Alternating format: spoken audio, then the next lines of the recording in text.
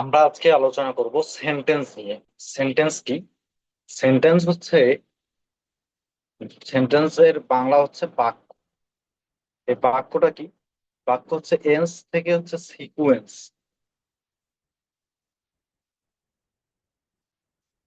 Sequence, tense থেকে মাথায় রাখতে হবে টেন্স, এবং এস ই এন এখান থেকে মনে রাখতে হবে সেন্স। সহজ কথা হচ্ছে, যখন কোনো কিছু টেন্স কে ফলো করে, সিকুয়েন্স মেনটেন করে সেন্স ক্লিয়ার করবে, তখন সেটাকে বলা হবে সেন্টেন্স। যেমন আমরা যদি বাংলা লিখি, আমি ভাত খাই, যেমন আই, ভাতের ইংরেজি রাইস, খাইয়ের ইংরেজি ইট। আমি আমি ভাত খাই, আই রাইস ইট। কিন্তু এটি সেন্টেন্স হয়নি, কেননা এখানে স্ট্রাকচার ফলো করা হয়নি। আর ইংলিশে আমাদেরকে মাথায় রাখতে হবে, ইংলিশের স্ট্রাকচার হচ্ছে subject plus verb plus extension.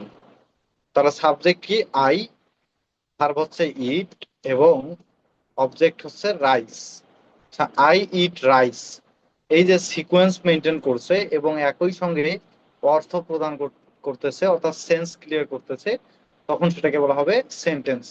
তো আমরা সেন্টেন্স আমরা আজকে পড়বো সেন্টেন্সের গঠনের উপর দিক থেকে। গঠনগত দিক থেকে কত প্রকার? গঠনগত দিক থেকে হচ্ছে তিন প্রকার: সিম্পল, কমপ্লেক্স এবং কম্পাউন্ড। তবে এগুলো পড়ার আগে আমরা বেসিক কিছু বিষয়ে ধারণা নিব। বেসিক বিষয় যেমন হচ্ছে, আমরা সাধারণত ছোটবেলায় পড়াশোনা শুরু করেছি এ, বি, সি, ডি, ই, এফ, অর্থাৎ এই যে যেগুলো লিখেছি এ বি সি ডি, এগুলো দিয়ে। আর এগুলো কি? এগুলো লেটার নাকি অ্যালফাবেট? সাধারণত আমরা বলে থাকি যে ইংলিশে অ্যালফাবেট হচ্ছে 26টি, কিন্তু মূলত অ্যালফাবেট 26টি নয়। তাহলে লেটার কতটি হবে অ্যালফাবেট যদি 26টি হয়? লেটার হচ্ছে 26টি। লেটার মানে হচ্ছে বর্ণ, আর ইংলিশে বর্ণ হচ্ছে 26টি। আর অ্যালফাবেট মানে হচ্ছে বর্ণমালা। বর্ণমালা মাথায় রাখতে হবে, প্রত্যেকটা সব ভাষায় বর্ণমালা হয় একটি। তার মানে ইংলিশে অ্যালফাবেট হচ্ছে একটি, কিন্তু লেটার বা বর্ণ হচ্ছে 26টি। একইভাবে বাংলায় বর্ণমালা হচ্ছে একটি। আবার এই আমাদের বাংলা বর্ণমালা দুই ভাগে বিভক্ত, একটা হচ্ছে স্বরধ্বনি, আর একটা হচ্ছে বা স্বরবর্ণ বা ব্যঞ্জন বর্ণ। স্বরবর্ণ 11টি এবং ব্যঞ্জন বর্ণ হচ্ছে 39টি, মোট 50টি। সেইগুলো হচ্ছে লেটার। আর এই একটা করে লেটার, যেমন পি একটা লেটার, ই একটা লেটার, এবং এন একটা লেটার। এই এক একটি লেটার যখন পাশাপাশি বসে কোনো একটা অর্থ বহন করে, তখন সেটাকে বলা হয় ওয়ার্ড। যেমন পেন, পেন মানে হচ্ছে কলম, এটি অর্থ বহন করতেছে, তাই এটির নাম হবে ওয়ার্ড। আর এই এক একটি ওয়ার্ড যখন পাশাপাশি বসে কোন একটা মনের ভাব ক্লিয়ার করে, তখন সেটাকে বলা হয় ফ্রেজ। যখন একটা অর্থ দিবে, এক একটা ওয়ার্ড পাশাপাশি বসে যখন অর্থ দিবে, তখন সেটাকে বলা হবে ফ্রেজ। ফ্রেজ, এবং সেটাকে ইডিয়মও বলা যেতে পারে। ফ্রেজ বা ইডিয়মস এর মধ্যে বেসিক পার্থক্য কি? ফ্রেজ বা ইডিয়মস এর মধ্যে বেসিক পার্থক্য হচ্ছে, ফ্রেজ এবং ইডিয়মস হতে গেলে তিনটা শর্ত পূরণ করতে হবে। একের অধিক শব্দ হতে হবে। দুই নাম্বার হচ্ছে, এখানে যে শব্দগুলো থাকবে বা যে ওয়ার্ড গুলো থাকবে, এগুলো নিয়ে কোনো ফাইনাইট ভার্ব থাকা যাবে না। থাকা যাবে না। এবং একই সঙ্গে এটি একই অর্থ দিবে। একই অর্থ দিবে। তবে এই ফ্রেজ এবং ইডিয়মস ক্লিয়ার করার আগে আমরা আরেকটা জিনিস ক্লিয়ার হয়ে নেই। আমরা সাধারণত বাংলায় পড়ি অক্ষর, এবং ইংলিশে পড়ি সিলেবল। এই সিলেবল বা অক্ষরটা কি, এই বিষয়টা আমরা একটু ক্লিয়ার হয়ে নেই।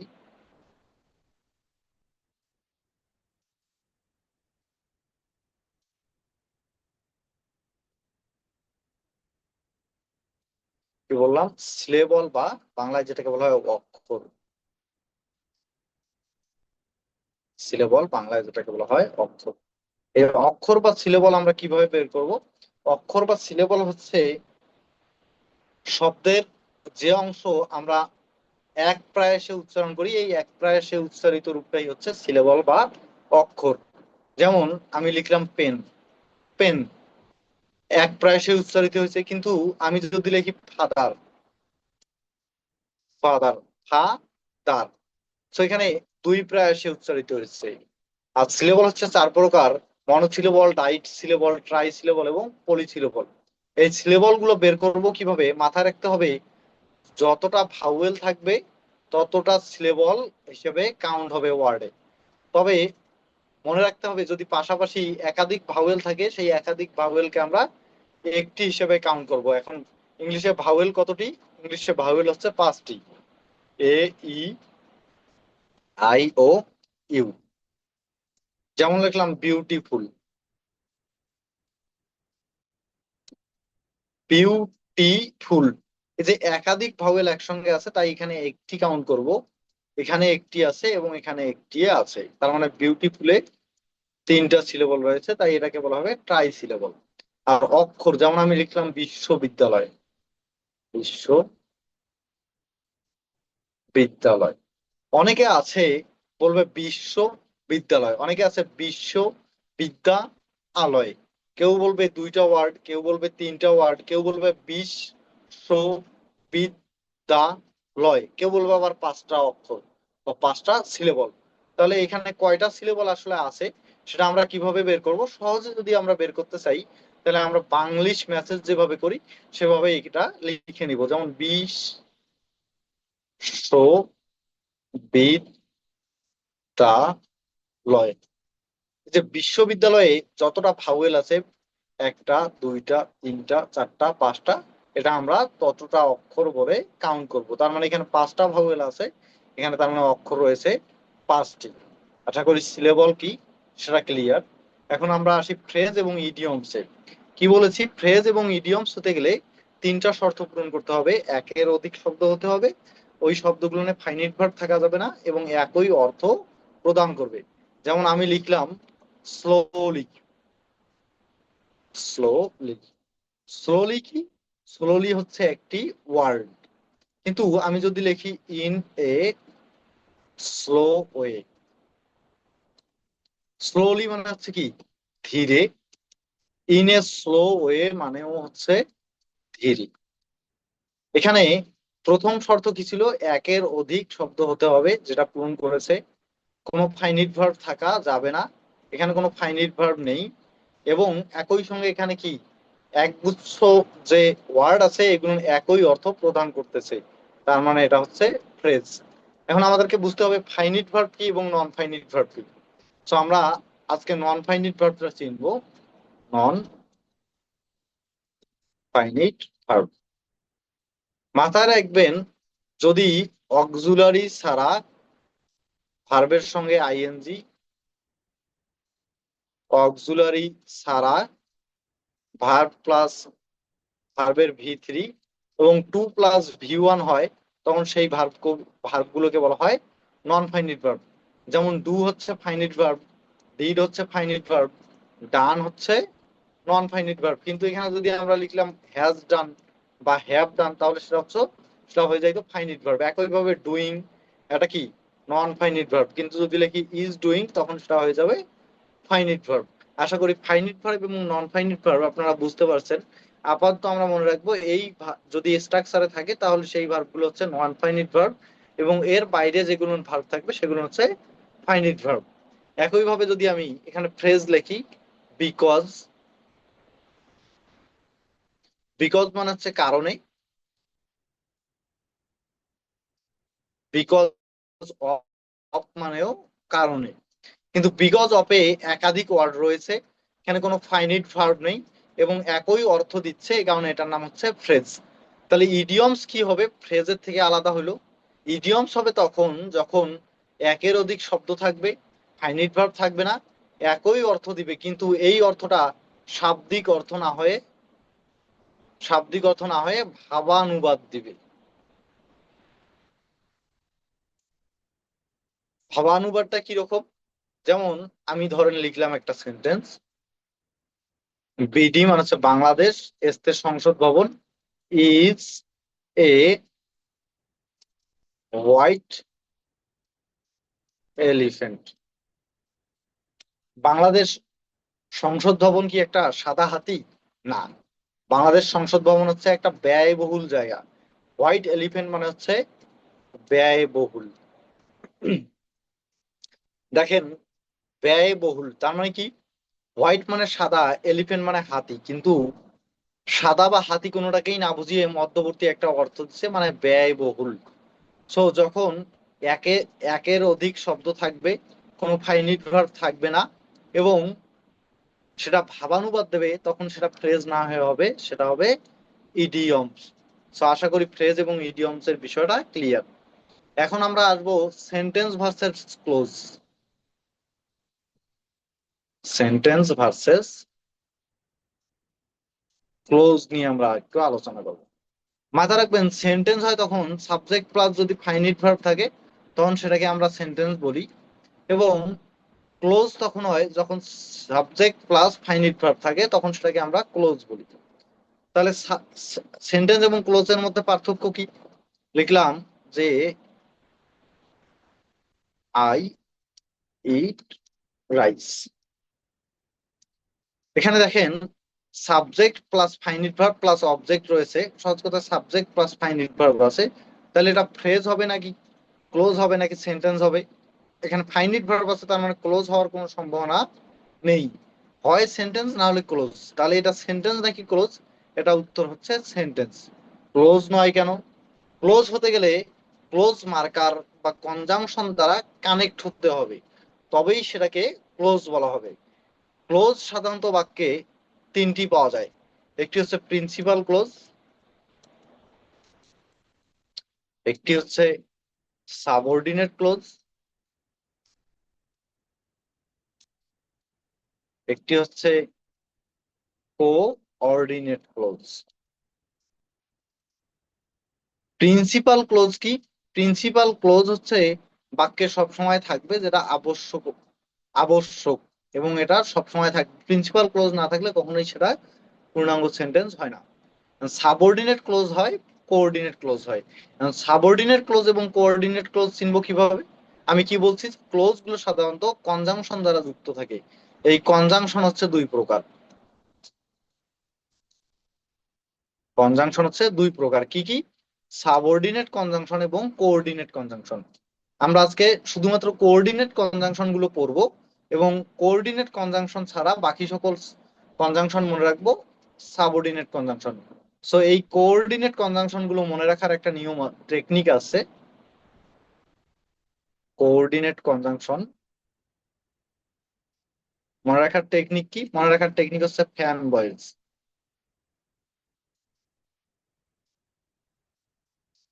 মনে রাখবেন, এফ তে ফর, এ তে অ্যান্ড, এন তে নর, বি তে বাট, ও তে অর, ওয়াই তে ইয়েট, এবং এস তে হচ্ছে সো।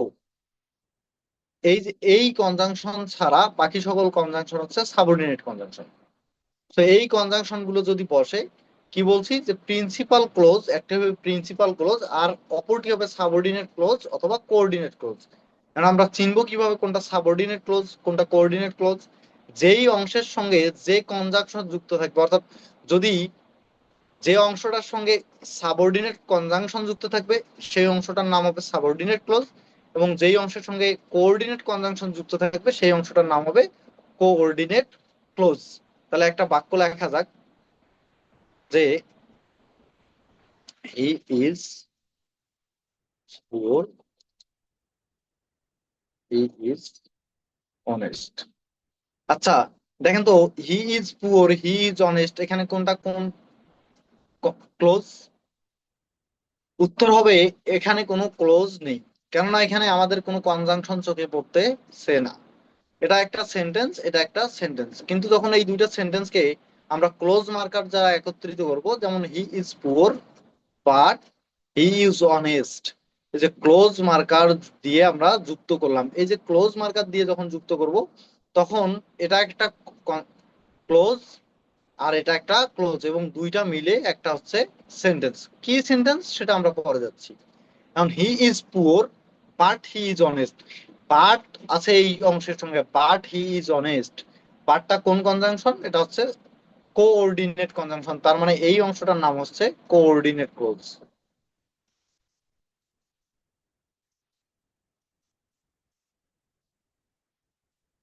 এবং বাকি অংশটার নাম হচ্ছে principal clause.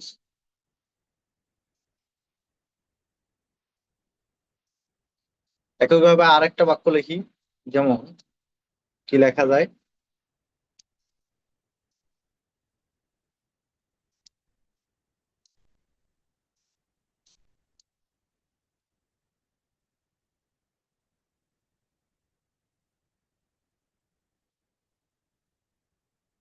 He is my brother, সে হয় আমার ভাই, হু কেম হেয়ার, যে এখানে এসেছিল। হি is my brother who came hair. দেখেন, হু, এই হু কি করছে, এখানে একটা ফাইনিট ভার্ব আছে, এখানে একটা ফাইনিট ভার্ব আছে। তার মানে হু কি, হু হচ্ছে কনজাংশন। কোন কনজাংশন? এটা হচ্ছে সাবঅর্ডিনেট কনজাংশন। এই সাবঅর্ডিনেট কনজাংশন দ্বারা যে অংশ যুক্ত আছে সেই ক্লোজটার নাম কি হবে? Subordinate, subordinate clause. আর বাকি অংশটার নাম হবে প্রিন্সিপাল ক্লোজ। আশা করি সাবঅর্ডিনেট ক্লোজ এবং কোঅর্ডিনেট ক্লোজ সম্পর্কে আপনাদের ধারণা ক্লিয়ার। এখন আমরা কিভাবে চিনবো এই যে আমরা প্রিন্সিপাল ক্লোজ চিনলাম, সাবঅর্ডিনেট ক্লোজ চিনলাম এবং কোঅর্ডিনেট ক্লোজ চিনলাম। আমরা জানি গঠনের দিক থেকে সেন্টেন্স তিন প্রকার। এক হচ্ছে সিম্পল, দুই হচ্ছে কমপ্লেক্স, আর তিন হচ্ছে কম্পাউন্ড। এই সেন্টেন্স আমরা চিনবো কিভাবে, কোনটা সিম্পল কোনটা কমপ্লেক্স এবং কম্পাউন্ড? মাথায় রাখবেন, সিম্পল সেন্টেন্সে কোনো ধরনের কনজাংশন দ্বারা কনজাংশন দ্বারা যুক্ত থাকবে না। যেমন he is a good girl, এখানে কোনো কনজাংশন নাই, এটা ফাইনিট ভার্ব আছে। তার মানে এই সেন্টেন্সটা হচ্ছে সিম্পল সেন্টেন্স। আর কমপ্লেক্স সেন্টেন্স হচ্ছে যেই sentence subordinate subordinate clause, subordinate conjunction দ্বারা যুক্ত থাকবে, সেই সেন্টেন্সটার নাম হচ্ছে কমপ্লেক্স সেন্টেন্স। এবং যেই সেন্টেন্স কোঅর্ডিনেট কনজাংশন দ্বারা যুক্ত থাকবে সেই সেন্টেন্সটার নাম হচ্ছে কম্পাউন্ড সেন্টেন্স। তাহলে আমরা এখান থেকে বের করি কোনটা কমপ্লেক্স সেন্টেন্স এবং কোনটা compound sentence. He is poor but he is honest, এখানে কোঅর্ডিনেট কনজাংশন দ্বারা যুক্ত আছে, সুতরাং এই সেন্টেন্সটার নাম হচ্ছে, এই পুরো সেন্টেন্সটার নাম হচ্ছে কো কম্পাউন্ড সেন্টেন্স।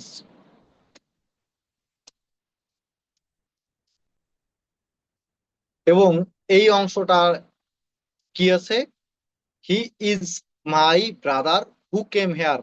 হু হচ্ছে কোন কনজাংশন? হু হচ্ছে সাবঅর্ডিনেট কনজাংশন, সুতরাং এই সেন্টেন্সটার নাম হচ্ছে কমপ্লেক্স সেন্টেন্স। আশা করি সকলেই ক্লিয়ার। কমপ্লেক্স এবং কম্পাউন্ড সেন্টেন্স কি, সিম্পল সেন্টেন্স কি, আশা করি সকলেই ক্লিয়ার হয়ে গেছেন।